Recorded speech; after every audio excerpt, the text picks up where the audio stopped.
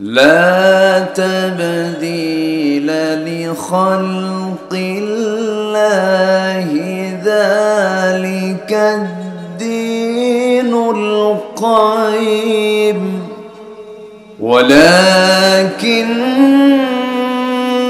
أكثر الناس لا يعلمون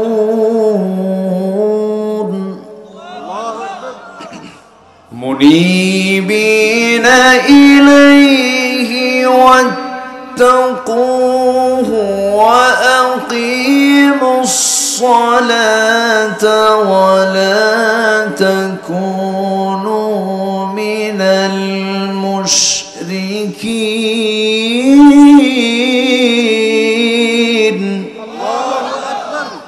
من الذين فرقوا دينهم وكانوا شيعا كل حزب بما لديهم فرحون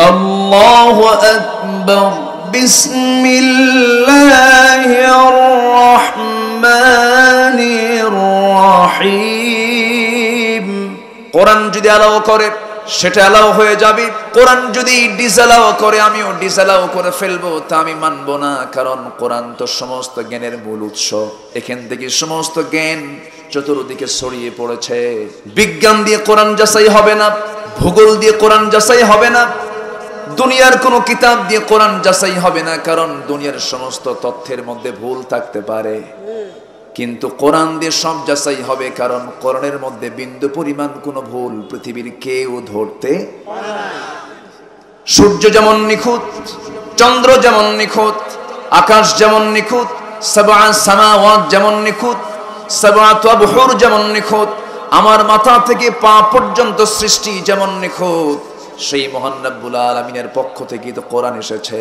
কোরআনের মধ্যে চুল পরিমাণ কেউ ভুল ধরতে পারবে না বরঞ্চ ভুল ধরতে আসলে মরিস বুকাইলিদের মতো সেই নিজের ভুল পেয়ে ইসলাম গ্রহণ করতে বাধ্য হয়ে যাবে ঠিক কি না এটাই হচ্ছে সেই কালাম এটাই হচ্ছে সেই কালাম সব বলে দেয় বাচ্চা মার পেটে কয় মাস থাকে বলেন 10 মাস কি থাকা লাগে এখন তো থাকে না এখন সেখানে আন্দোলন শুরু হয়ে যায় বলে যে আধুনিক দুনিয়া আর থাকবো নাকি বাচ্চা 6-7 মাসে আসার জন্য প্রিপারেশন নিয়ে নেয় 30 শাহরা একটানা 30 মাস একটা মা কষ্ট করেন তার সন্তানের জন্য একটানা 30 মাস 30 শাহরা নিয়ে গবেষণা হলো যে বলা হলো হাউলাইন কামিলাইন 2টা বছর মানে 24 মাস মা তার সন্তানকে দুধ পান করান তাহলে একটানা কয় মাস গেল 24 মাস আর থাকলো কয় মাস 6 মাস একটা সন্তান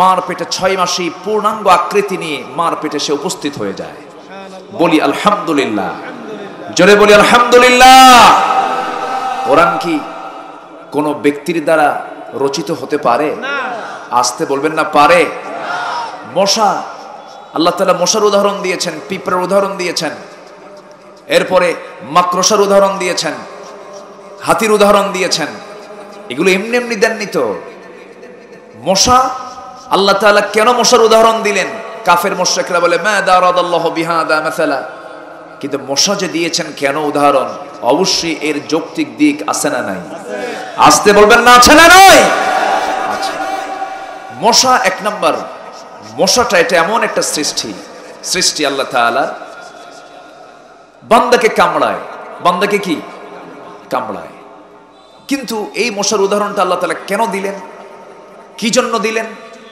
নাও তো দিতে পারতেন কাফের এটা বলল কিন্তু ইমানদাররা কি বলে সূরা বাকারার 24 নম্বর আয়াত ইন্নাল্লাহা লা ইস্তাহি আন ইয়াদরিবা মাসালাম মা বাউদাতান ফামা ফাওকাহা فأما الذين آمنوا فيعلمون أنه الحق জোরে বলুন আল্লাহু আকবার আল্লাহ তাআলা মশা নামক এই সমস্ত সৃষ্টি উদাহরণ দিয়ে তিনি কোনো লজ্জা পান না ইমানদার যারা তারা এর মধ্যে হকটা খুঁজে পায়, কিন্তু যারা কাফের তারা বলে তোমার আল্লাহর কাজ নাই, কাম নাই।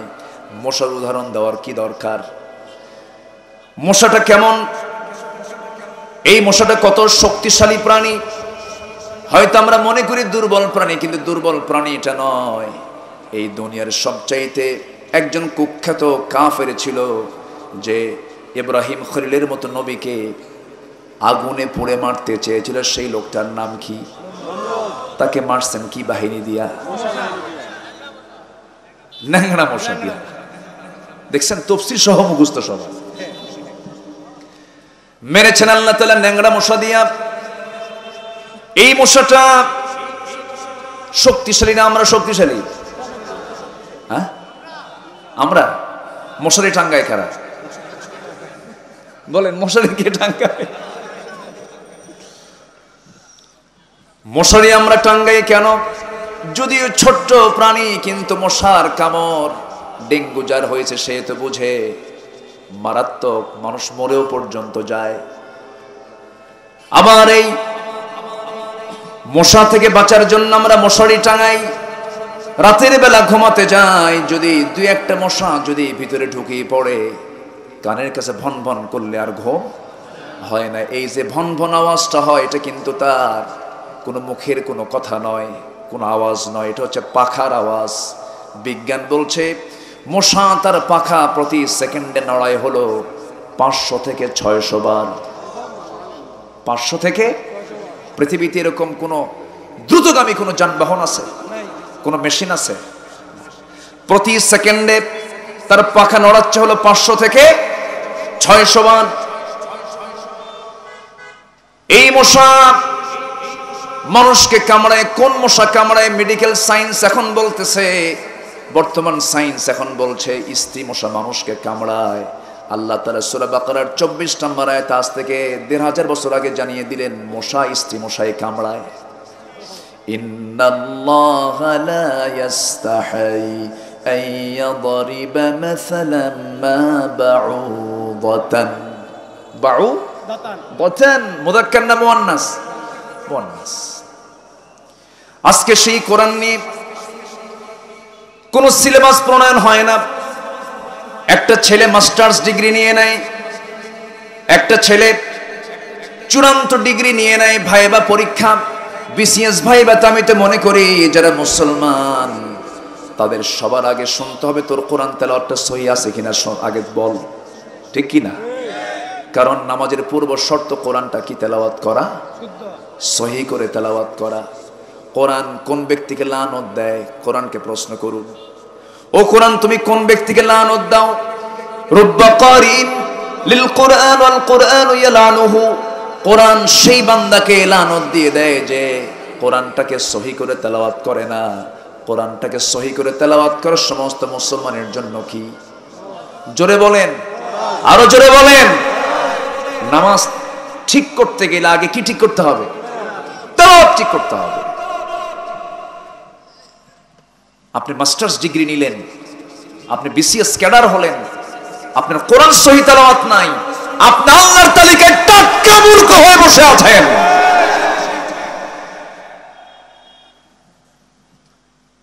যে মাদ্রাসার উদ্যোগে আজকের মাহফিল, আমি মনে করি এটা হচ্ছে সবচাইতে বড় একটি শিক্ষা প্রতিষ্ঠান। বলি আলহামদুলিল্লাহ, জোরে বলি আলহামদুলিল্লাহ। আমি যদি এখানে প্রশ্ন করি, হয়তো বা কুমিল্লা এটা ব্যতিক্রম হতে পারে, কোরআনকে সহি করে তেলাওয়াত করতে পারেন কতজন? হাত কি সবার উঠবে? সবার কি উঠবে? কিন্তু উচিত ছিল কি? বলেন, উচিত ছিল কি?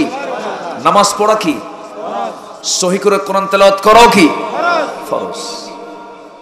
সেই দিকে কোনো গুরুত্ব নাই। পার্লামেন্টে কারি সাহেব যায় নাই, সেদিন কারি সাহেব অনুপস্থিত, তেলাওয়াত দিয়ে তো অধিবেশন শুরু হয়। একজন পার্লামেন্টেরিয়ানকে কোরআন তেলাওয়াত করতে বলেছে, কোরআন তেলাওয়াত করতেছে, কিল হিয়াল্লাহ হেদ, বুঝলেন? শয়তান কয় তোর আমার তেলাওয়াত সহি আছে। এই হচ্ছে আজকে সমাজের নেতৃত্বের দশা। যাদের মুখে কোরআন তেলাওয়াত নাই, যাদের নামাজ নাই, যাদের দিনদারি নাই, অসৎ নেতৃত্বের মুখে আমরা জুতা মারি। ঠিক কি না?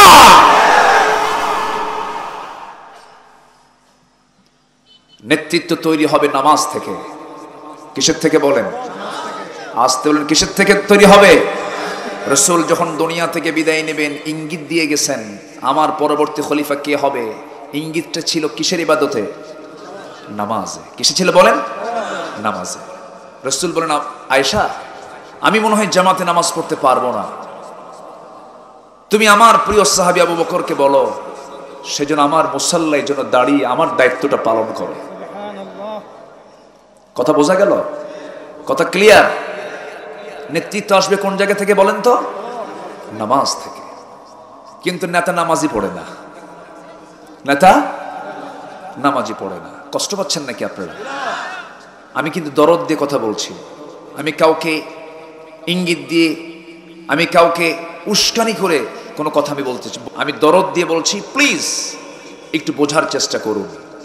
যে কোনো মুহূর্তে আমরা দুনিয়া থেকে বিদায় নেব, আমাদের পাথেয় সংগ্রহ করা মরার আগে দরকার না মরার পরে দরকার?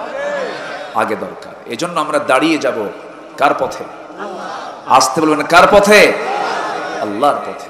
কার দিন নিয়ে? আল্লাহর দিন নিয়ে। আল্লাহ রাব্বুল আলামিন তার রাসূলকে জানাচ্ছেন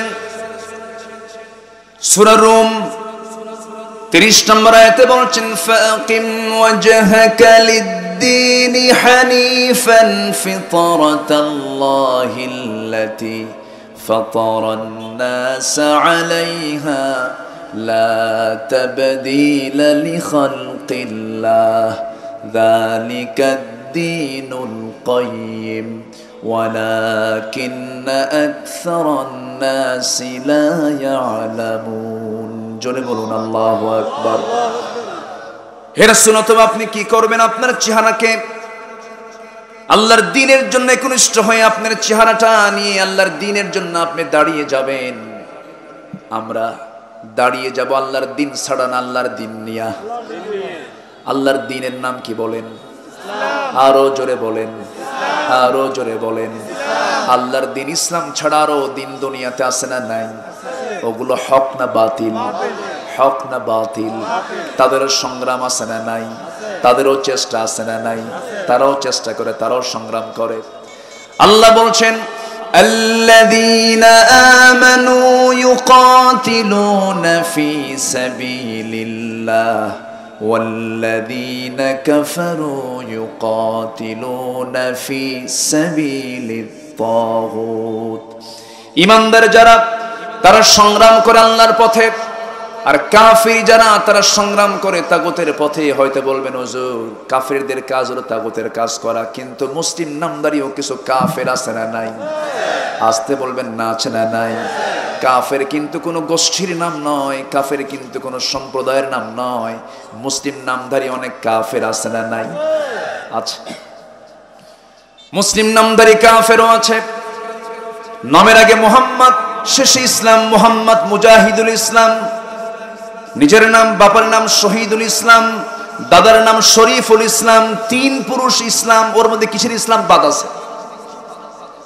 ও বোঝাচ্ছে আমার সব ইসলাম, আমি কিসের মুসলমান নই। না না, বংশগত কৌলিন্য দিয়ে, বংশগত প্রভাব দিয়ে, নামের প্রভাব দিয়ে জান্নাত পাওয়া যাবে না। ইহুদির ছেলে ইহুদি হতে পারে, ব্রাহ্মণের ছেলে ব্রাহ্মণ হতে পারে, হিন্দুর ছেলে হিন্দু হতে পারে, খ্রিস্টানের ছেলে খ্রিস্টান হতে পারে। মুসলমানের সন্তান মুসলমান হতে পারে না, ইমামের সন্তান ইমাম হতে পারে না যদি যোগ্যতা না থাকে। ইসলাম চাই যোগ্যতা। ইসলাম চাই কি? যোগ্যতা। দিনকে কনিষ্ঠভাবে গ্রহণ করতে হবে। এই পৃথিবীতে আল্লাহর দিন ছাড়া আরো বহু দিন এই দুনিয়াতে আছে। মোটামুটি ভাবে যদি বলা হয় গোটা দুনিয়াতে সবাই যেগুলো নিয়ে জানে বোঝে মোটামুটি 70 থেকে 80টি দিন আছে দুনিয়াতে। সেটা মানুষের তৈরি করা। কার তৈরি করা? মানুষের তৈরি করা। 70 থেকে 80টি হিউম্যান ল, মানব রচিত মতবাদ আছে। এটাই খ্রিস্টানরাই তৈরি করেছে, ইহুদিরাই তৈরি করেছে। এই সমস্ত মতবাদ, এই সমস্ত দিনগুলো কোন মুসলমান যদি গ্রহণ করে নেয় তার কোনো কিছু কি আল্লাহর দরবারে কবুল হবে নাকি? আমি কিন্তু আজকে আক্ষরিক কথাগুলো বলছি, একটু কান লাগাবেন। মূল ফান্ডামেন্টাল পয়েন্ট আমি হাত দিয়েছি। মূল জায়গায় আমি একটু হাত দিয়েছি, একটু গুরুত্ব দিবেন। নামাজ পড়লাম, রোজা রাখলাম, হজ করলাম, টাকা আছে যাকাত দিলাম, মসজিদ বানালাম, মাদ্রাসা বানালাম, দরিদ্রদের পাশে দাঁড়ালাম, এতিমের পাশে দাঁড়ালাম, আর মনে মনে চিন্তা করলাম 100% কাজ আমার ইসলামের হয়ে গেছে। সমাজে সুদও চালু, জেনাও চালু, মদও চালু, জুয়াও চালু, হত্যা, খুন, ধর্ষণ, বেপরদাহীনতা, এই সমস্ত পর্দাহীনতা এগুলো সব চালু হয়ে আছে। আপনি ভাবতেছেন আপনি জান্নাত যে বসে আছেন, না, আপনি কিছুই করতে পারেন নাই, ঠিক কিনা? আপনি কিছুই করতে পারেন নাই, দাঁড়াতে হবে। ফাকিম ওয়াজহাকা লিদ-দীন হানিফা, আল্লাহর দ্বীনকে কোন ইসলামে ধরতে হবে, সামনে দাঁড়িয়ে যেতে হবে। ইয়া আইয়ুহাল মুদ্দাসসির কুম ফাআনযির ওয়া রাব্বাকা ফাকাব্বির ওয়া সিয়াবাকা ফাতাহহির ওয়ার রুজজা ফাহজুর। হে বস্ত্র আচ্ছাদিত ব্যক্তি, আপনি দাঁড়িয়ে যান, সতর্ক করুন, আল্লাহর নামটা আপনি উচ্চকিত করুন। এই দুনিয়াতে কারো নাম চলবে না, কারো আইন চলবে না, কারো বিধান চলবে না, কারো দিন চলবে না, দিন চলবে কার? আসতে বলবেন না, কার? আকাশ বানিয়েছেন যিনি, জমিন যিনি বানিয়েছেন, সূর্য যিনি বানিয়েছেন, আইন চলবে সেই আল্লাহ তাআলার। এই কথা যদি আপনি আজকে বলে ফেলেন, আলা লাহুল খালকুল আমর, সৃষ্টি যার হুকুম চলবে তার, এই জাতীয় কথা বললে ওই যে 70 থেকে 80টি হিউম্যান ল আছে, মানব রচিত মতবাদ আছে, এর ধ্বজা ধরে কিছু লোক মুসলিম নামধারীও দুনিয়া জুড়ে আছে না নাই? আসতে বলবেন না, আছে না নাই? আচ্ছা, এই সমস্ত লোকগুলো আপনাকে কি সহ্য করতে পারবে নাকি? তার চেয়ার চলে যাবে, তার পথ চলে যাবে, তার নেতৃত্ব চলে যাবে, যারা মদের কারবার করে দোকান বন্ধ হয়ে যাবে, বেশ্যাবৃত্তির লাইসেন্স নিয়ে যারা চলে তাদের সমস্ত কারবার বন্ধ হয়ে যাবে, সুদের কারবার বন্ধ হয়ে যাবে, এই সমস্ত লোকগুলো আপনার বিরুদ্ধে চড়াও হয়ে যাবে। ঠিক একই কায়দায় রাসূল যখন এই দিনটা নিয়ে সামনে যখন দাঁড়িয়ে গেলেন, আবু জেহেল সামনে দাঁড়ায় গেল। আবু জেহেল একটা লোভনীয় প্রস্তাব দিয়ে ফেললো, মুহাম্মদ শোনো, তোমার চেহারা সুন্দর, সুরত সুন্দর, বংশ সুন্দর, ব্যবহার সুন্দর, চরিত্র সুন্দর, সততা আছে, তুমি নিষ্ঠাবান, সব তোমার গুণগত দিকগুলো ভালো, কিন্তু একটাই দোষ তোমার, আমাদের বাপ দাদার ধর্মের চুনকালি মেরেছ। অতএব মুহাম্মদ শোনো, তোমার ধর্ম 6 মাস, আমার ধর্ম 6 মাস, তুমি আমার লাত মানত উজ্জাকে বৈধতা দিয়ে দাও, আমি তোমার আল্লাহকে বৈধতা দেব। দেখছেন আবু জেহেল নাকি বৈধতা দেবে? এটা হচ্ছে সেকুলারের প্রস্তাব। এটা কিসের প্রস্তাব বলেন? সেকুলারের প্রস্তাব। এই জাতীয় কথা যখন বলে ফেলল, আমার নবীজি বললেন, চাচা, যে প্রস্তাব আপনি আমাকে দিলেন, ভাবতেছেন সমঝোতার প্রস্তাব, এটা নয়, এটা দ্বীনের ব্যাপারে কোনো আপোষ করা যাবে না। দেখি আল্লাহ তাআলা কি করেন। সঙ্গে সঙ্গে আয়াত নাজিল হয়ে গেছে। যারা পারেন ঘরের আয়াত, মুখের আয়াত, কমল আয়াত, নামাজের আয়াত সময় বলেন, ওয়ালা আনতুম আবিদুনা মা আ'বুদ ওয়ালা আনা আবিদুম মা আবাদতুম ওয়ালা আনতুম আবিদুনা মা আ'বুদ লাকুম দীনুকুম ওয়ালিয়া দীন। তোমার দিন তোমার কাছে, আমার দিন। তাহলে দিন আবু জেহেলের আছে না নাই? ওটা হক না বাতিল? তোমার দিন তোমার কাছে, আমার দিন, লাকুম দীনুকুম ওয়ালিয়া দীন, আমার দিন আমার কাছে, তোমার দিন তোমার কাছে। বিষয়টা ক্লিয়ার হয়ে গেল। দুটা দিন একসঙ্গে মানার কোনো সুযোগ নাই, দুটা দিন একসঙ্গে মানার কোনো সুযোগ নাই। মসজিদে নামাজ পড়বে, হোটেলে গিয়ে মদ খাবে, এটা কোনো সুযোগ নাই। হালালকে হারাম করা যাবে না, হারামকে হালাল করা যাবে না, দুটোকে সংমিশ্রণ করা যাবে না। এমনটা তারাই করবে যাদের পরিচয় আল্লাহর ভাষায় তারা হলো কাট্টা মুনাফিক। তারা কি মুনাফিক? মূলত তারা ইমানদার নয়।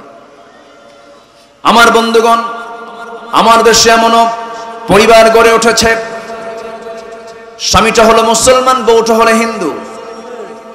আসতে কোন কেন? আছে না নাই? আছে। যখন বলা হয় এটা কেন, বলে ও ধর্ম পালন করে, আমি আমার ধর্ম পালন করি, লাকুম দীনুকুম। দেখছেন কি তাফসীরটা করে দিল। আছে, এগুলো আছে। আচ্ছা, ওয়ালা তানকিহুল মুশরিকাত হাত্তা ইউমিননা, এটা পড়ো না, এই আয়াত দেখো না।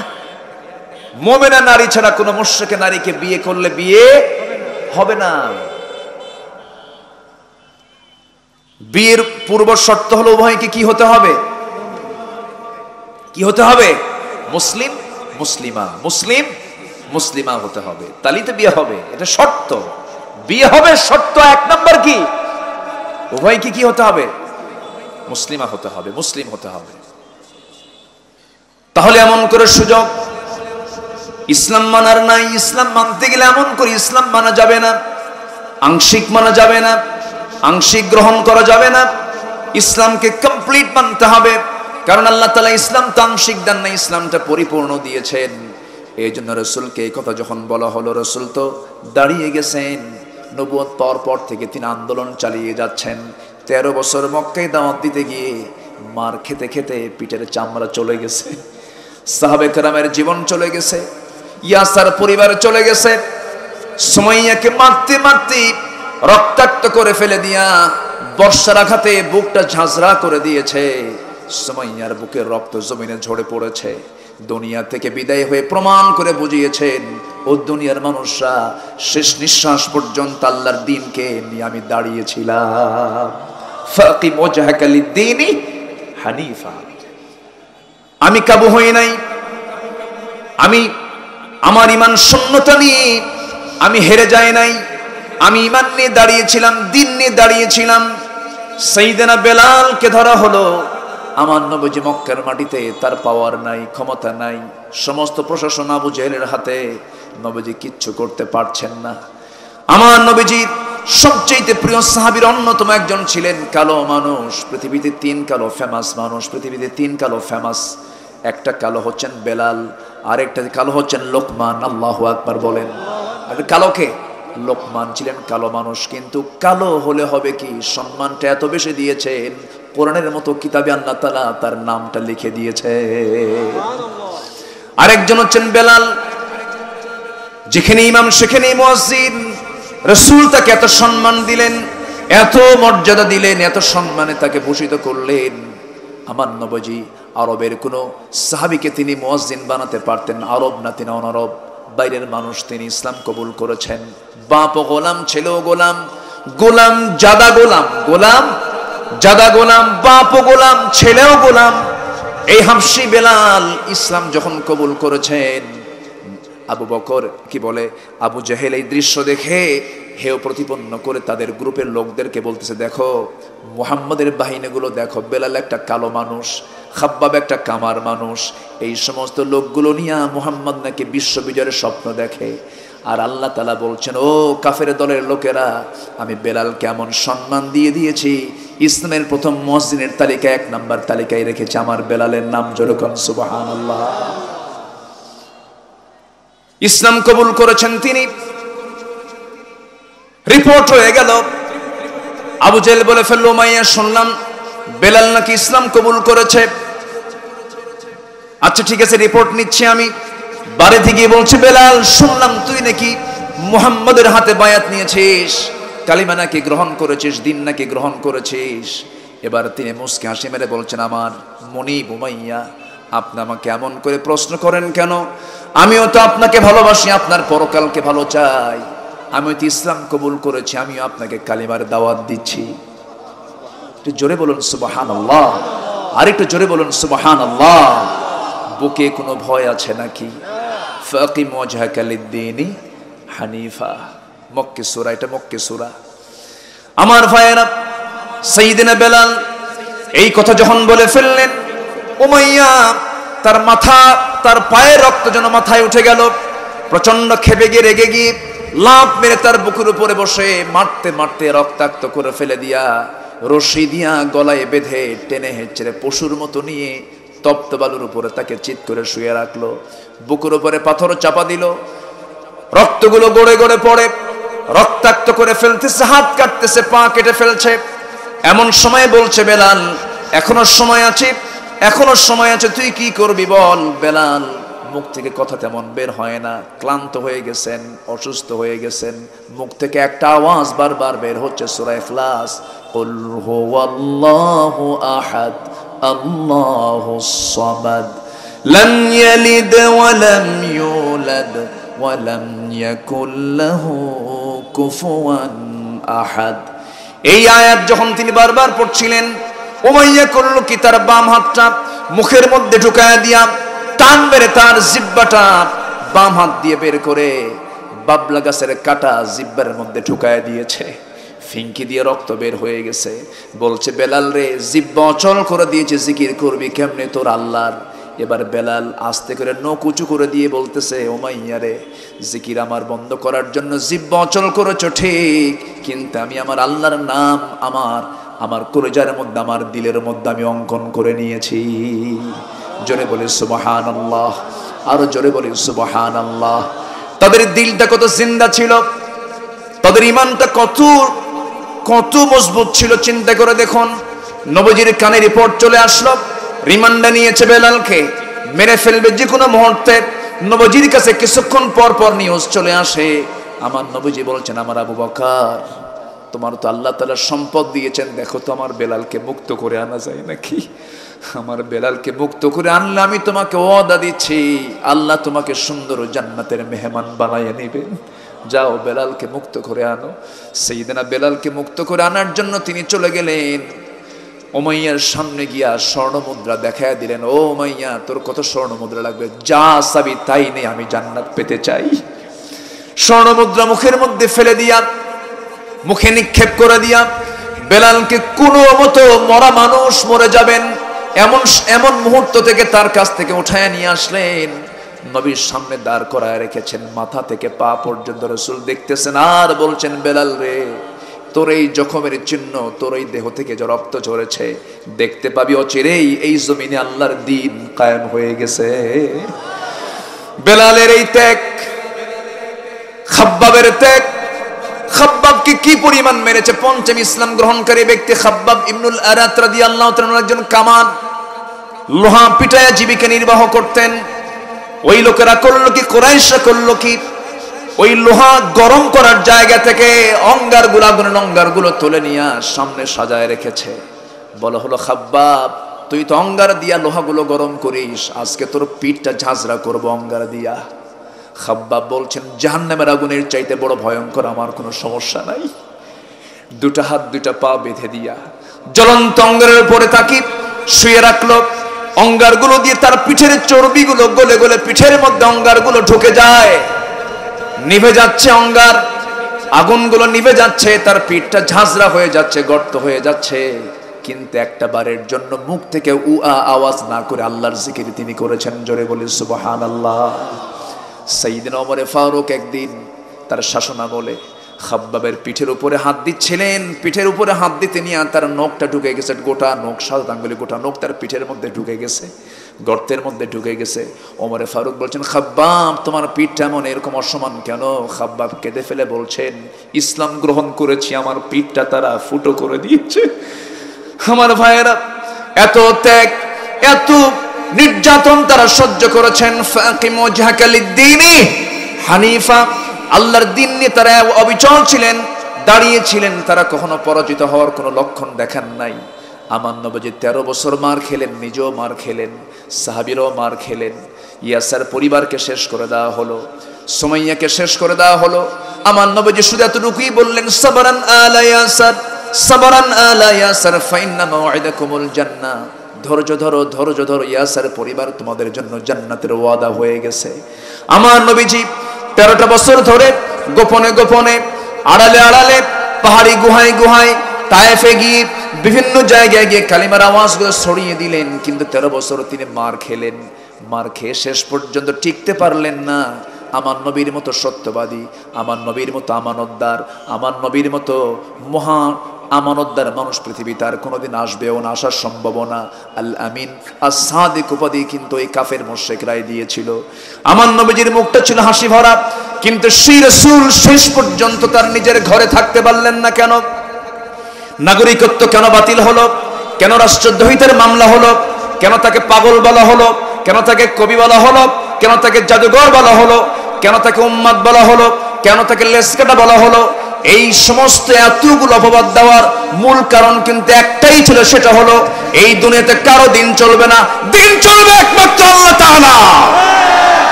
আল্লাহ তুমি তার দিলের তামান্না কবুল করো, জোরে বলে আমিন।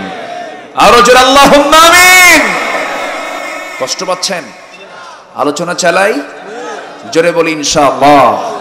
আরো জোরে বলি ইনশাআল্লাহ। বুকের ভিতরে অনেক ব্যথা জমা আছে, ঠিক কি না? বুকের ভিতরে দুঃখ ব্যথা জমা আছে না নাই? চোখের অশ্রু ঝরালে কি দুঃখ প্রকাশ করা যায়? মনের অনেক দুঃখ থাকে, ওজনে কি মাপা যায়? চোখের অশ্রু ঝরালে কি দুঃখ প্রকাশ করা যায়? আল্লাহ আমাদের দিলের তামান্নাকে তুমি আল্লাহ কবুল করো, জোরে বলি আল্লাহুম্মা আমিন। সম্মানিত ভাইয়েরা, রাসূল 13টা বছর মক্কায় থেকেছেন। মার খেয়েছেন না মার দিয়েছেন? মার খেয়েছেন। কিন্তু রাসূল মার খেয়ে খেয়ে শেষ পর্যন্ত যখন নবীর বিরুদ্ধে যখন হত্যার হুলিয়া জারি করা হলো, থাকতে পারলেন না হিজরত করলেন? থাকতে পারলেন না হিজরত করলেন? হিজরত করলেন। আল্লাহ তাআলা তাকে অর্ডার দিলেন, তিনি হিজরত করতে বাধ্য হলেন। কাফিরদের অত্যাচার, এদিকে আল্লাহ তাআলার অর্ডার, দুই দিকে ইঙ্গিত করে রাসূল মক্কা থেকে মদিনায় গিয়ে পাড়ি জমালেন। এবার 10টি বছর যে তিনি থাকলেন, মার খেলেন না মার দিলেন? রাসূলের হাতে কি অস্ত্র ছিল? তরবারি ছিল? আজ তখন ছিল কিনা বলেন? মদিনায় গেলে, মদিনায় যাওয়ার পর তিনি কি তরবারি ব্যবহার করেছেন? করেন নাই? করেছেন তরবারি ব্যবহার। কে বলেছে করেন নাই? তার ব্যবহৃত তরবারির নামও আছে। সেই তরবারি আজও জাদুঘরে আছে না নাই? তাহলে তরবারি হাতে নিলে কি মায়ের খায় না মায়ের দেয়? রাসূল, আমরা শুধু শুনি দয়ার সাগর। কি সাগর? তিনি কি বিচার করেন নাই? তার বিচার কি এরকম দয়া দিয়েছিল? বিচারের সময় কি দয়া থাকে? দয়া থাকে? এখানে থাকে হলো আদালত। কি থাকে? আদালত। দুটা বিচার। একটা বিচার আমার নবীজি করলেন এক মহিলার ব্যাপারে। মহিলার নামটা হলো ফাতিমা। চুরি করে ধরা পড়ছে, ধনী মানুষ। ইসলাম অভাবী চোরকে হাত কাটে না স্বভাবী চোরকে হাত কাটে? অভাবী না স্বভাবী? স্বভাবী, যার স্বভাব হলো চুরি করা কিন্তু অভাব নাই, সেই চোরের হাত ইসলাম কাটতে দেয়, কাটতে বলে। অন্ন বস্ত্র শিক্ষা বাসস্থান চিকিৎসা নাই, এগুলোর অভাব আছে, চুরি করেছে, ইসলাম তাকে শাস্তি দেবে না। আল্লাহু আকবার বলেন। আমার নবীর কাছে রিপোর্ট আসলো যে সে সম্ভ্রান্ত পরিবারের কিন্তু চুরি করে ধরা পড়ছে। রাসূল বললেন হাত কাটো, কোনো কথা নাই। সেই ধনী পরিবারের সেই মেয়েটার আত্মীয় স্বজন এসে সাইয়েদনা ওমর ফারুকের কাছে এসে বলছে, আপনি তো ওমর, আপনার কথা নবীজি শুনবেন, একটু দেখুন তো সুপারিশ করে এই শাস্তিটা মাফ করে নেওয়া যায় কিনা। নবীর কাছে এসে সাইয়েদনা ওমর ফারুক বললেন, ইয়া রাসূলুল্লাহ, দেখুন তো সম্ভ্রান্ত পরিবার, বংশের নামটা, যশ সম্মানটা একটু হলেও ক্ষতিগ্রস্ত হয়, একটু কিছু করা যায় নাকি? আমার নবীজির চক্ষু লাল হয়ে গেল, রক্তিমাকার ধারণ করে বলেন, ওমর, তোমার সেই হুঙ্কার, বাতিলের বিরুদ্ধে হুঙ্কার তোমার কোথায় গেল? এই মুহূর্তে যদি সেই ফাতিমা না হয়ে যদি ফাতিমা বিনতে মুহাম্মদ চুরি করে ধরা পড়েছে প্রমাণ হতো, আমি নবী সবার সামনে নিজে আমি রাসূল আমার মেয়ের হাত কেটে দিতাম। জোরে বলি আল্লাহু আকবার। বিচার করেছেন কে? মুহাম্মদ সাল্লাল্লাহু। এক মুনাফিক এসে নবীর সামনে অভিনয় করে কালেমা পড়ল, অসুস্থ। রাসূল বললেন, তুমি যাও ওই রাখালের কাছে যাও, তার কাছে বেশ কিছু উট আছে, সেখানে গিয়ে তুমি উটের দুধ পান করো, সুস্থ হয়ে যাবে। তাকে পাঠানো হলো, সে উটের দুধ খাইয়া সুস্থ হইয়া করছে কি, রাখালকে মেরে ফেলে দিয়া উটগুলো অপহরণ করে নিয়ে চলে যাচ্ছে। আমার নবীর কাছে রিপোর্ট হয়ে চলে আসলো। আমার নবীজি বললেন, যে অবস্থায় ওকে পাও ওকে ধরে নিয়ে আসো। ধরে নিয়ে আসা হলো। খুনের শাস্তি এই পৃথিবীতে 3টা শাস্তি ইসলাম খুব কঠোরভাবে দিয়েছে। আস-সাইয়্যিবুজ জানি, কতলুন নাফস, জেনাকারের শাস্তি। নাম্বার 2 হলো হত্যার শাস্তি। নাম্বার 3 হলো ইসলাম থেকে যদি কেউ বের হয়ে আসে, মুরতাদ হয়ে যায়, তার শাস্তি, এই তিনটা শাস্তি হলো হত্যা। তিনটা শাস্তি কি? হত্যা, কতল। তো রাসূল বললেন কোনো কথা নেই, ওকে ধরে নিয়ে আসো। ধরে নিয়ে আসা হলো, হাত পা বেঁধে ওই রাখালকে যেমন করে মেরেছে, আগে রিপোর্ট শুনলেন রাসূল, কেমন করে মেরেছে, ওকে তেমন করেই মারো। ওর হাত কাটছে, পা কাটছে, ওরও হাত কাটো, পা কাটো। কেটে যখন তাকে শুয়ে রাখছে, প্রচন্ড তৃষ্ণার যন্ত্রণায় পানি চাচ্ছে, ছটফট করছে। সাহাবীরা বলেন, ইয়া রাসূলুল্লাহ, খুব দয়া হচ্ছে, ও একটু পানি চায়, পানি কি দেব? রাসূল বললেন, রাখালকে যখন সে মারে তখন কি সে পানি দিয়েছে তাকে? না, ওকে এক চুল পরিমাণ পানি দিবা না। আল্লাহু আকবার বলেন। ইন্নাল্লাহা ইয়া'মুরু বিল আদল ওয়াল ইহসান ওয়া ইতা'i যিল কুরবা ওয়া ইয়ানহা আনিল ফাহশাই ওয়াল মুনকারি ওয়াল বাগি। জুমার খুতবায় বক্তব্য আছে না নাই? শুধু বক্তব্য পর্যন্তই আছে, কাজ তো নাই, ঠিক কি না? এই হচ্ছে অবস্থা। রাসূল বিচার করলেন, শেষ পর্যন্ত সে মরুর বালু চেটে চেটে দুনিয়া থেকে বিদায় নিয়েছে। রাসূল বললেন, না, খুনের শাস্তি ওইভাবেই তাকে নিয়ে দুনিয়া থেকে বিদায় হতে হবে। এই জন্য আমরা এমন একটি পরিবেশকে আমরা পেতে চাই না, সবাইকে পেতে চাই না। সব দিন ছাড়ো, আল্লাহর দিন ধরো, এটাই হোক আমাদের প্রতিজ্ঞা। জোরে বলুন ইনশাআল্লাহ, আরো জোরে বলুন ইনশাআল্লাহ। আমার ভাইয়েরা, 5টা কাজের জন্য ইঙ্গিত এখানে আসছে। 1 নম্বর হলো আল্লাহর দিনকে একনিষ্ঠভাবে গ্রহণ করা। নাম্বার 2 হলো আল্লাহমুখী হয়ে যাওয়া, মুনিবিনা ইলাইহি, সব ছেড়ে দিয়ে আমরা কি করব? ইন্না সলাতি ওয়া নুসুকি ওয়া মাহইয়ায়া ওয়া মামাতি লিল্লাহি রাব্বিল আলামিন। আমার সালাত, আমার কুরবানি, আমার জীবন, আমার মরণ সব কার জন্য? আসতে বলবেন না, কার জন্য? আমরা সবাই কার দিকে চেহারা ঘুরায় নেব? ইন্নী ওয়াজ্জাহতু ওয়াজহিয়া লিল্লাযী ফাতারাস সামাওয়াতি ওয়াল আরদা হানিফা ওয়া মা আনা মিনাল মুশরিকিন। জোরে বলুন আল্লাহু আকবার। নাম্বার 3 হলো আত্তাকু, তোমরা তাকি ভয় করো। এই পৃথিবীতে ভয় যদি করতে হয়, একমাত্র ভয় করব কাকে? আসতে বলবেন না, কাকে? রব না রব? রব না রব? রবকে। কোন প্রশাসনকে আমরা যতটুকুন ভয় করব, প্রশাসনকে ভয় করে লাভ কি? সেও মানুষ, আমিও মানুষ। ভয় করতে হবে কার? প্রশাসনকে। আল্লাহর নিয়ে যদি ফেরেশতা আছে না নাই? ফেরেশতার পিটনও আছে না নাই? রিমান্ড আছে না নাই? আছে না নাই? হাজত আছে না নাই? মামলা আছে না নাই? দুনিয়ার মামলায় জামিন হতে পারে, দুনিয়ার মামলায় না হয় একটা শেষ নিষ্পত্তি, একটা কিছু হবেই, কিন্তু আখিরাতে যদি নবী আমার বিরুদ্ধে মামলা দেয়, আমার বিরুদ্ধে যদি নবীবাদী হয়ে মামলা করেন, সেই মামলার কি জামিন হবে? আসতে বলেন, জামিন হবে? ইন্না কওমি ইত্তাখাযু হাযাল কুরআনা মাহজুরা। আমার এই সমস্ত কওমরা তারা কি করেছে? কোরআনটাকে পরিত্যক্ত করে রেখেছে। রাসূল তাদের বিরুদ্ধে মামলা দিবেন। কোরআনের বিরুদ্ধে অবস্থান নিলেই শতভাগ মামলা খেতে হবে। আখিরাতে আমরা মামলা খেতে চাই না। যা হোক দুনিয়াতেই হয়ে যাক, আখিরাত ক্লিয়ার হোক। জোরে বলি ইনশাআল্লাহ, আর জোরে বলি ইনশাআল্লাহ। ভয় করব কাকে? আল্লাহকে। নামাজ না পড়া, সবাই কি নামাজ পড়বো ইনশাআল্লাহ? 5 ওয়াক্ত নামাজ জীবনে ছেড়ে দেব না। কারা কারা একটা হাত তুলে দেখেন তো দেখি। জোরে বলি ইয়া আল্লাহ, আরো জোরে বলি ইয়া আল্লাহ। আমাদেরকে 5 ওয়াক্ত সালাত আদায় করার তৌফিক তুমি আল্লাহ দিয়া দাও। জোরে বলি আমিন, আরো জোরে আমিন, আরো জোরে আমিন। হাত নামান। এরপর আরেকটা হুকুম হলো ওয়া আকিমুস সালাহ, তোমরা নামাজ কায়েম করো। নামাজ তো পড়বো আমরা, নামাজ পড়া হচ্ছে ব্যক্তিগত কাজ।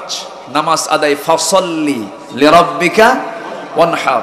এই যে ভাই, এই বসেন, যান কেন? কষ্ট পাচ্ছেন নাকি? মাহফিলে বসে যদি বিরক্তি আসে, তাহলে ভাবতে হবে আমার নাফসে বড় রোগ ধরা পড়েছে। কথা বলছেন নাই? মাহফিলে বসে যদি বিরক্তি আসে, ভাবতে হবে আমার নাফসে কি বড় রোগ ধরা পড়েছে। এটা মাথায় রাখতে হবে। কিন্তু আমরা কেউ যাব না। জোরে বলি ইনশাআল্লাহ। হ্যাঁ, বসি। খেলা দেখলে তো 90 মিনিটে গোল না হলেও তো আরো 30 মিনিট যোগ হয়, যোগ হয় না? তাও রাত 3টার দিকে, তাও ঘুম ধরে না। এই তো দিনের বেলা, আমরা এই সামান্য সময় বসে থাকতে পারবো না। জোরে বলি ইনশাআল্লাহ। কষ্ট হচ্ছে আপনাদের? আর কিছুক্ষণ চলুক। আজান আমাদের কানে আসছে, আমিও শুনেছি আজান। আজান শুনলে একটু অস্থিরতা সৃষ্টি হয়, নামাজটা কখন পড়বো এটা মনে হয়। কিন্তু নামাজ আমরা একটু আজকে 10-15 মিনিট একটু এদিক সেদিক যদি হয় কষ্ট হবে? কোন আপত্তি আছে কারো? বলি ইনশাআল্লাহ। জি সম্মানিত ভাইয়েরা, তাহলে নামাজ কায়েম হলো সামষ্টিক কাজ, আর নামাজ আদায় হলো ব্যক্তিগত কাজ। নামাজ আদায় ব্যক্তিগত কাজে মুনাফিকরা অংশগ্রহণ করে। মুনাফিকরা কি নামাজ পড়ে না? তাদের মাথায় কি টুপি নাই? মুখে কি দাড়ি নাই? আচ্ছা, চোখে কি সুরমাও নাই? হজের খেতাবও আছে না নাই? এবং দাড়িটাও কি লম্বা নাই? জুব্বাও লম্বা নাই? আছে, সবই আছে, সব ঠিক, সবই ঠিক, বোঝার কোনো কায়দা নাই। নামাজ প্রথম কাতারেই পড়ে, কিন্তু নামাজ পড়ে ইমামের পেছনে, আর নেতা মানে হলো মদখোর নেতৃত্ব মানে, আছে না নাই? আমার নবীর পেছনে মুনাফিকরা এরকম করে নামাজ পড়তো। নবীর সামনে যখন বসতো চোখের পানিতে দাড়িগুলো ভিজে যেত। রাসূলের ওয়াজ শুনে একদম কামসারা, মনে হয় ওর মতো বড় বুজুর্গ আর দুনিয়াতে নাই। কিন্তু মসজিদ থেকে বের হয়ে কানেক্টিং দিতে হলো আবু জেহেলের সাথে। মদিনার ইহুদিদের সঙ্গে যোগসাজশ করে মূল নেতা আবু জেহেলকে জানা দিত মোহাম্মদ কিন্তু এইগুলো করতেছে। আমার কথা কি বোঝা যায়? তো এরকম কিছু সান্ডা পান্ডা এখনো, এরকম মুনাফিক কিছু এখনো আছে না নাই? আছে, এখনো কিন্তু আছে। দেখেন, মুনাফিকটা বড় ভয়ঙ্কর। আল্লাহ তুমি মুনাফিকের সমস্ত লক্ষণ থেকে আমাদেরকে বাঁচাও। লক্ষণ কিন্তু এটা কিন্তু ইমানদারের ভিতরেই কিন্তু এই জাতীয় কিছু লক্ষণ আসতে পারে, কিন্তু লক্ষণগুলো আমাদের জীবন থেকে আমরা এটাকে মাইনাস করে ফেলবো। জোরে বলি ইনশাআল্লাহ। সাহাবীরা মাঝে মাঝে আফসোস করতেন, আশঙ্কা করতেন, না ফাঁকা হানজালা, না ফাঁকা হানজালা। হানজালা দৌড়া দৌড়া যাচ্ছেন রাসূলের কাছে, বলতেছে হুজুর হানজালা মুনাফিক হয়ে গেছে। কেন? আপনার সামনে বসে শুধু আপনার কথা মনে হয়, দ্বীনের কথা মনে হয়, আপনার থেকে দূরে চলে গেলেই দুনিয়ার কথা মনে হয়। রাসূল বলেন, হানজালা তোমার সবই ঠিক আছে, তুমি টেনশন করো না, বিয়ে আমার সুন্নাত, বাচ্চাদের মুখে খাবার তুলে দেওয়া এটা সাদগা, স্ত্রীর দিকে নজর দেওয়া এটা হচ্ছে সাদগা, এটাও ইবাদত, কোনো সমস্যা নেই। সাহাবীরা কি আশঙ্কা করতেন। আমার নবীর এক সাহাবীর কাছে মুনাফিকদের একটা তালিকার লিস্ট রেখে দিয়েছিলেন। কেউ কেউ বলেছেন 82 জনের একটা মুনাফিকের তালিকা ওই সাহাবীর কাছে ছিল। সাইয়েদনা ওমর ফারুক মাঝে মাঝে তার কাছে গিয়ে বলতেন, ভাই দেখো তো ওই নামের মধ্যে আমার নামটা আছে নাকি, আমার নামটা আছে নাকি? সাহাবী বলতেন, আপনার নাম কেন থাকবে? আমার তো মন বলে মাঝে মাঝে আমার নামটা এর মধ্যে ঢুকলো কিনা। অথচ রাসূল তার জবানে বলেছেন ওমর জান্নাতি। যেরকম সুবহানাল্লাহ। আমার আবু বকর মা তোলাআতি শামস ওয়ালা গরাবাত, কোন সূর্য উদয় হয়নি, অস্ত যায়নি যে আবু বকরের চেয়ে শ্রেষ্ঠ মানুষ পৃথিবীতে আছে। সে ওমরের মতো মানুষ, তিনি খুঁজতেছেন তালিকার মধ্যে আমার নামটা আছে কিনা দেখো তো। তাহলে আমাদের চিন্তা করার দরকার আছে না নাই? আসতে বলবেন না, আছে না নাই? যারা নামাজ কায়েমের সংগ্রাম থেকে নিজেকে বাঁচার চেষ্টা চালায় ওদের মধ্যে মুনাফিকের গন্ধ লুকানো আছে, আছে না নাই? যেই দিকে বৃষ্টি সেই দিকে ছাতা, যেই দিকে বৃষ্টি সেই দিকে ছাতা, মাগার গায়ে আমি বৃষ্টির পানি ভিজাবো না, মামলা খেতে পারবো না, হামলা খেতে পারবো না, সবাই আমার বন্ধু, আমার কোনো শত্রু নাই। এরকম লোক আছে না নাই বলেন? আছে। বলে ভাই কিছু বুঝি না, আমি নিরপেক্ষ, আমার কোনো দল টল নাই। যে বলে আমি নিরপেক্ষ, পৃথিবীতে সবচাইতে বড় মুনাফিক ওই নিরপেক্ষ লোকটা, ঠিক কিনা? আমার নবী কি নিরপেক্ষ ছিলেন নাকি? আসতে বলে নিরপেক্ষ ছিলেন নাকি? ছিলেন না। আমার নবীজির পক্ষ ছিল কার দল? আলা ইন্না হিজবাল্লাহি হুমুল গালিবুন, আল্লাহর দলটাই বিজয়ী হবে। আমরা কার দল করব? নিরপেক্ষ না আল্লাহর দল, আল্লাহর দল আমরা করে যাব। আমার ভাইয়েরা একটু কান লাগাবেন, মনোযোগ দিয়ে শুনবেন। নামাজ কায়েমের কাজ করা হলো সামষ্টিক ব্যাপার, আপনি একাই কাজটা কখনো করতে পারবেন না। আল্লাহ রাব্বুল আলামিন তার রাসূলকে দায়িত্ব দিয়ে দিয়েছেন। নবীজি মক্কায় টিকতে পারলেন না, মদিনায় চলে আসলেন। নামাজ কায়েমের সংগ্রাম শুরু হয়ে গেল। মুখ ফেরাবো না, মুখ ফেরাবো একমাত্র কার দিকে? আল্লাহর দিকে। নাম্বার 3 হচ্ছে কাউকে ভয় পাবো না, একমাত্র ভয় পাবো কাকে? এই দিলে আল্লাহ ছাড়া কাউকে ভয় করা জায়েজই না।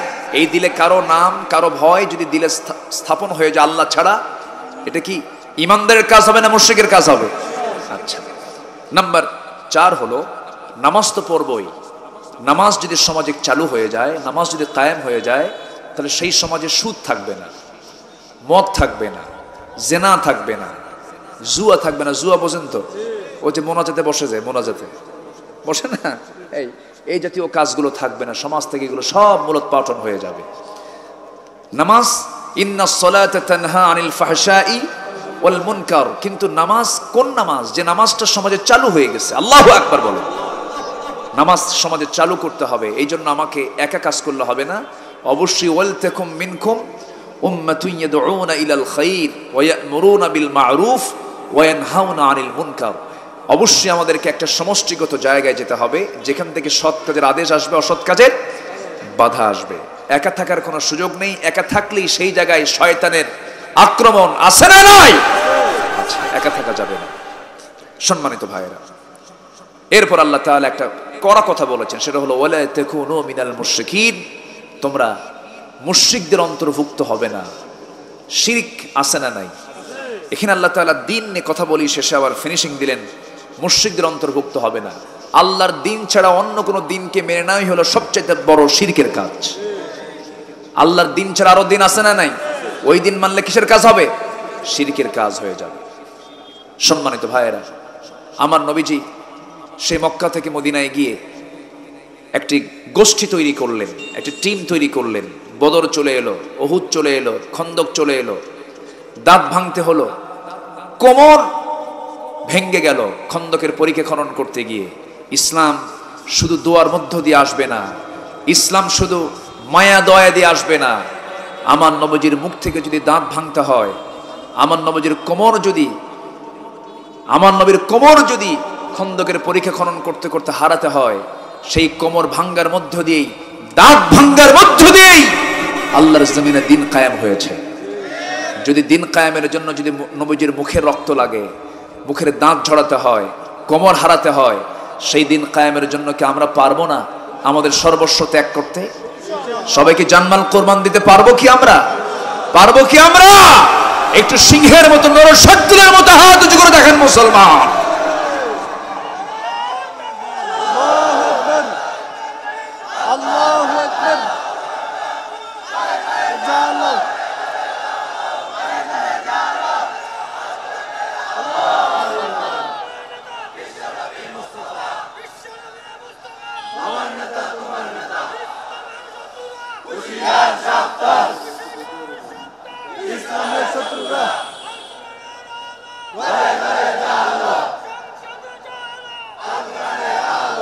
সম্মানিত ভাইয়েরা, আমার বুঝে আসে না সেই আয়াতগুলো কি তারা দেখে না? সূরা তাওবার 111 নম্বর আয়াত, ইন্নাল্লাহা ইশতারা মিনাল মুমিনিনা আনফুসাহুম ওয়া আমওয়ালাহুম বিআন্না লাহুমুল জান্নাহ ইয়াকাতিলুনা ফি সাবিলিল্লাহ ফায়াকতুলুনা ওয়া ইউকতালুন ওয়া'দান আলাইহি হাক্কান ফিত তাওরাতি ওয়াল ইনজিলি ওয়াল কুরআন। আল্লাহু আকবার বলেন।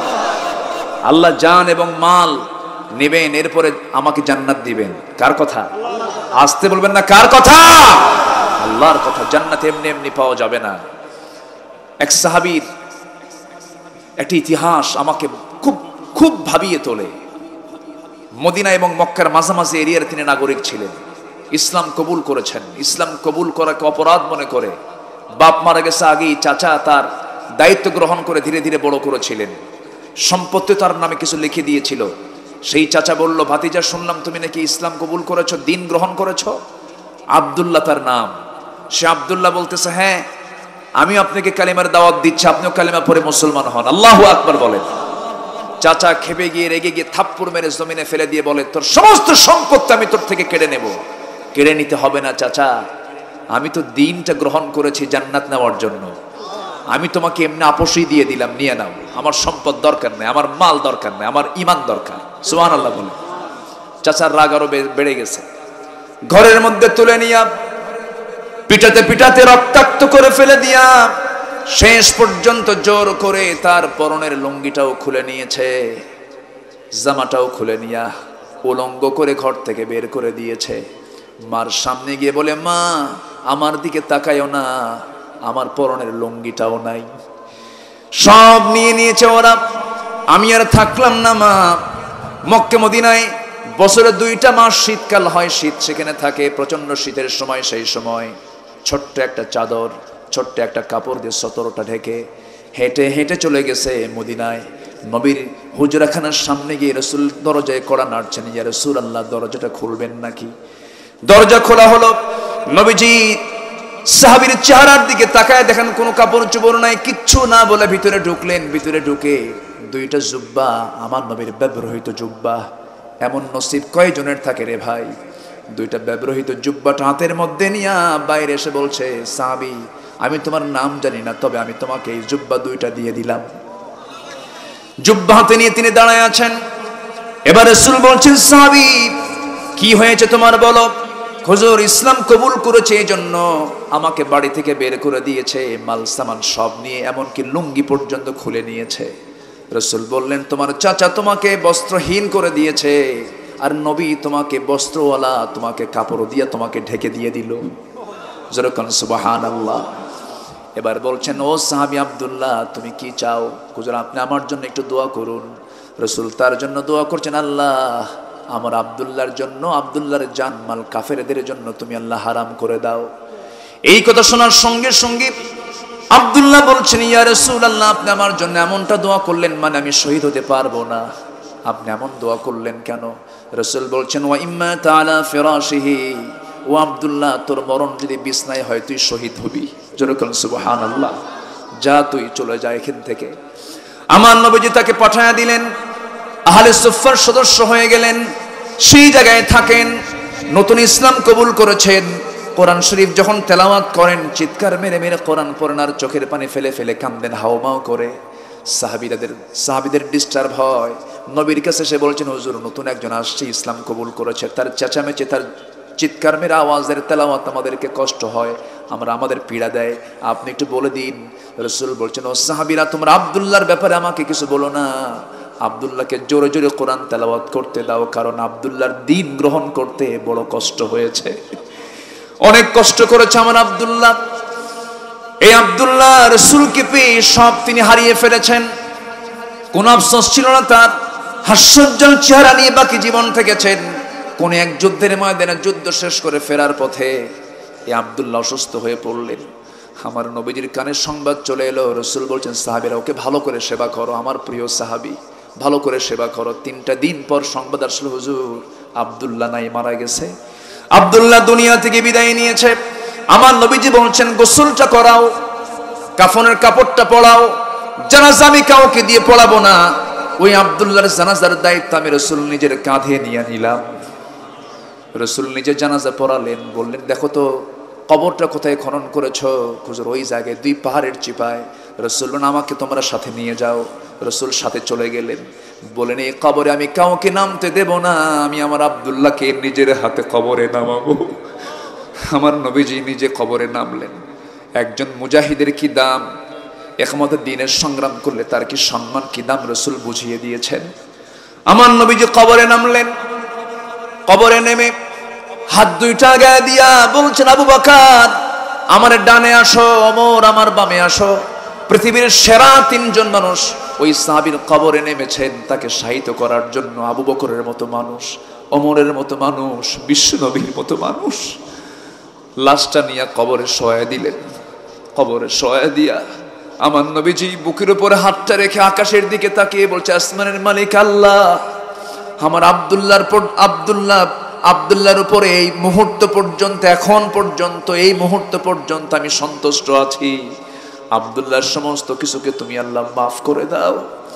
এই কথা যখন বলছিলেন, পাশে একজন সাহাবী সাদ বিন আবি ওয়াক্কাস রাদিয়াল্লাহু তাআলা আনহু, তিনি হাউমাউ করে কাঁদতে কাঁদতে বলছেন, আরশের মালিক আল্লাহ, আমি বড় পোড়া কপাল, শুধু আমি দেখতে পেলাম কিন্তু এই নসিব আমার হলো না। ওই লাশটা যদি আব্দুল্লাহর না হয়, আমি সাদ বিন আবি ওয়াক্কাসের হতো, আমার জীবনটা ধন্য হয়ে যেত। আমার ভাইরা, সেই জন্য এই দিনকে গ্রহণ করতে গিয়ে আল্লাহ তাআলা বলছেন, জান দে, মাল দে, আমি তোকে সোজা জান্নাত দিয়ে দেব। জোরে কোন সুবহানাল্লাহ। দিন কায়েমের সংগ্রামে অংশগ্রহণ করার দরকার আছে না নাই? আসতে বলবেন না, আছে না নাই? আল্লাহ কবুল করুন, আল্লাহ কবুল করুন, এবং শিরকের ছোঁয়া থেকে আমাদের জীবনকে আল্লাহ তাআলা হেফাজত করুন। সকল প্রকার শিরকের প্রবণতা থেকে এই সমাজকে আল্লাহ তাআলা হেফাজত করুন। সকল দুনিয়াবী চেতনাকে লালন না করে আমরা আখিরাতের চেতনাকে লালন করব, এই হোক আমাদের প্রতিজ্ঞা। এই আশাবাদ কামনা করে যে বিষয়গুলোকে সামনে নিয়ে কথা বলেছে আমাদের জীবনে আল্লাহ তাআলা এগুলো বাস্তবায়ন করার তৌফিক দান করুন।